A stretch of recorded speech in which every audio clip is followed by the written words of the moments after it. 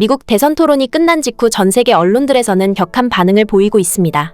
한국의 자체 핵무장에 대해 새로운 시나리오가 무려 미국 대선 토론 중 꺼내졌기 때문입니다. 그로 인해 전 세계 언론들, 특히나 한국이 더욱 강대해지는 것을 무척이나 견제하고 두려워하고 있는 국가들에서는 이 미국 대선 후보들의 발언들을 다각도에서 분석하고 파헤치며 그 의중을 읽는 데에 집중하고 있습니다. 어쨌든 간에 대선 토론에는 미국에서 무척이나 화제가 되고 깊게 다뤄지는 주제들만을 다루는데요.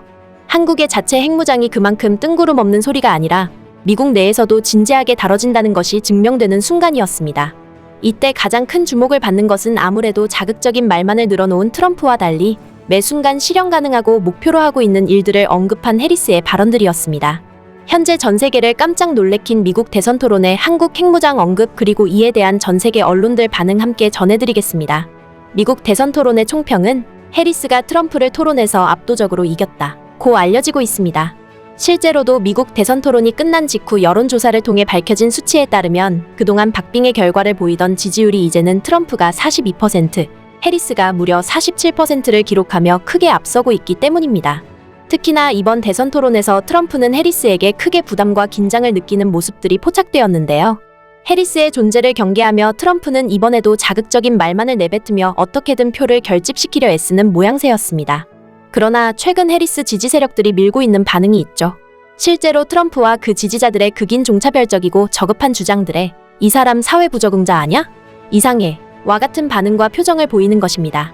그리고 그런 반응들은 실제로 큰 효과가 있었는데요. 트럼프 지지 세력들에게는 물론이거니와 트럼프에게조차 그의 발언을 한 번 더 생각하고 부끄럽게 만들어주었기 때문입니다. 이번 대선 토론에서도 어김없이 트럼프의 망언이 터져나왔습니다. 현재 미국 내에서 민감한 주제로 다뤄지고 있는 이민자 문제에 대하여 트럼프가 이 이민자들은 개와 고양이를 먹는다.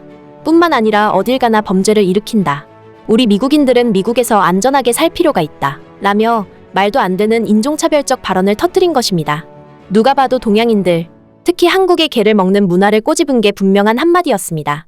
그런데 이때 해리스는 측은하고 불쌍하다는 표정으로 트럼프의 발언이 명백히 이상하고 잘못됐다는 것을 드러냈는데요. 비언어적 표현으로 트럼프를 단 한 방에 잠재워버린 강력한 일축이었습니다. 또한 이번 대선 토론에서 트럼프의 치명적인 약점이 드러나게 되었는데요. 바로 트럼프의 과도한 독재자 선망이었습니다. 이로 인해 미국 전역에 드리워진 전쟁의 공포에서 과연 트럼프가 제대로 이를 대처해낼 수 있을지 그의 능력에 의문을 갖게 만들었습니다. 현재 전 세계는 장기전이 된 우크라이나와 러시아의 전쟁에 큰 두려움을 표하고 있습니다. 특히나 러시아가 제대로 된 명분도 없이 우크라이나의 침략 전쟁을 선포했다는 면에서 다른 나라들에게도 충분히 일어날 수 있는 일이기에 더욱 러시아를 견제하고 억압하고 싶어 하는데요. 추후 자기네 나라들에 생길지도 모르는 위험을 차단하기 위한 당연한 대처였습니다. 그런데 이런 독재자 국가들, 예를 들어 중국이나 러시아, 북한을 적대적으로 대하고 억압하려는 해리스의 민주당과는 달리 트럼프는 김정은에게 재임 기간 이후에도 러브레터까지 쓴 사실이 밝혀지며 미국 전역을 충격에 몰아넣고 있습니다. 실제로도 트럼프는 과거 그의 재임 기간 동안 러시아의 푸틴, 중국의 시진핑, 북한의 김정은을 자주 언급하며 미국 국민들 역시도 나라에 이런 반응을 보여야만 한다 라고 발언한 바 기까지 합니다. 때문에 러시아나 중국, 북한과 같이 전범국인 독재 국가들을 민주주의적 관점에서 거리를 두는 것이 당연한데도 트럼프는 여전히 독재자들을 향해 같은 태도를 보였고 심지어 독재자들과의 친밀함을 과시하기까지 했습니다. 당연히 트럼프의 과도한 행동은 미국 내에서 큰 비판을 받고 있는데요. 미국 민주당, 공화당 할 것 없이 만장일치로 도대체 트럼프가 이런 독재 국가들이 잘 지낸다는 것이 미국에게 있어서 무엇이 좋다는 말이냐?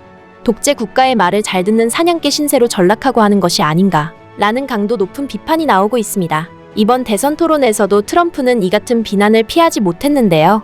이번 대선 토론에서 가장 중요하게 다뤄야 할 주제들 중 하나로 우크라이나와 러시아의 장기적인 전쟁에 대한 주변국들의 갈등, 또 북한의 비핵화 문제와 전범국인 러시아와 북한의 동맹에 대해 우리 미국이 취해야 할 스탠스가 뭐냐는 주제가 나왔기 때문입니다.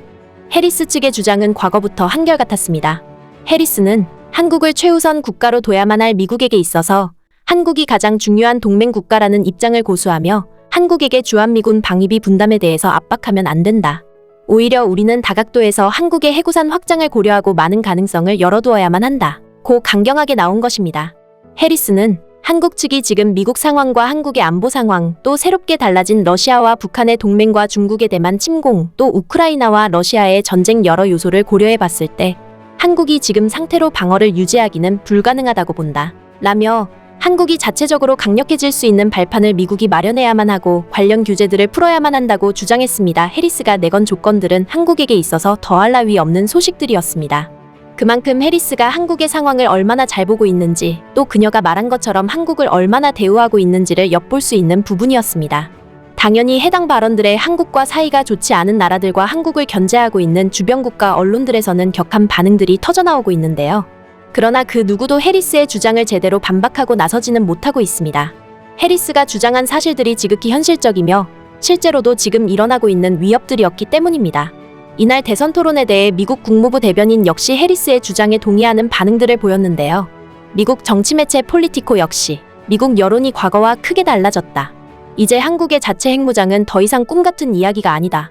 이제 미국은 과거처럼 모든 나라를 주름잡거나 동맹이라는 명목하에 미국의 휘하에 둘 수 없게 됐다. 세계는 많이 성장했고 미국은 이제 동맹국과 함께 힘을 보강하고 함께 성장해 나갈 미래를 꿈꿔야 한다. 그리고 그 파트너로 최상의 조건을 갖춘 것은 바로 한국이다. 이번 러시아와 우크라이나의 전쟁이 터지고 더욱 명확하게 드러나고 있는 한 가지 사실이 있다. 바로 한국의 군사 기술력이 얼마나 발전했는가이다. 이 통계 수치를 봐라. 또 우크라이나와 러시아의 전쟁의 불안을 느끼고 있는 인근 유럽 국가들의 선택을 봐라. 이제 더 이상 세상은 미국을 찾지 않는다.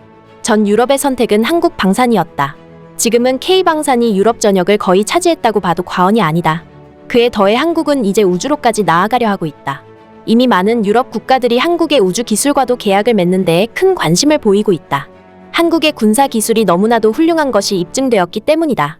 군사 기술과 우주 기술은 뗄래야 뗄 수 없는 분야이다. 군사 기술에서 실력이 입증된 한국에 유럽 국가들이 우주 기술 면에서도 러브콜을 하지 않을 이유가 없다. 이미 한국은 거대한 선진국으로 우뚝 섰다. 현재 한국은 비핵화를 하겠다는 미국과의 약속을 또 전 세계와의 약속을 지키기 위해 당장 핵을 만들 기술이 있는데도 불구하고 그 최첨단 기술의 협약체인 군사 기술을 발전시키고 우주 기술을 발전시키는 데에만 쓰고 있다. 그런데 만일 한국이 자체 핵무장을 통해 전 세계적으로 정평이 나 있는 K방산의 핵기술들을 접목시킨다면 어떻게 될까? 답은 이미 나와 있다. 미국이 취해야 할 가장 최선의 입장은 바로 한국과의 동맹을 더욱 돈독히 유지하는 것이다. 한국엔 이미 최소 4,000개 이상의 핵을 만들 재료가 충분히 있다. 모두가 쉬쉬하지만 암암리에 다들 알고 있는 사실은 바로 한국이 마음만 먹으면 한 달 안에 핵무장을 끝낼 것이라는 사실이다. 해리스의 말처럼 한국은 미국의 공생에 있어서 가장 최적의 파트너가 되어줄 것이다. 현재 미국을 위협하는 중국과 러시아, 북한의 세력이 어마어마하다. 특히 중국의 성장이 가파른 지금 미국이 트럼프처럼 과욕을 부리게 된다면 중국에게 자리를 내줘야 할 각오를 해야만 할 것이다. 라고 경고했습니다. 미국 대선 토론의 결과가 흥미진진한데요. 한국 입장에서는 해리스의 당선이 압도적으로 좋을 것으로 판단되고 있습니다. 지금까지 생생튜브였습니다. 구독과 좋아요는 큰 힘이 됩니다. 시청해주셔서 감사합니다.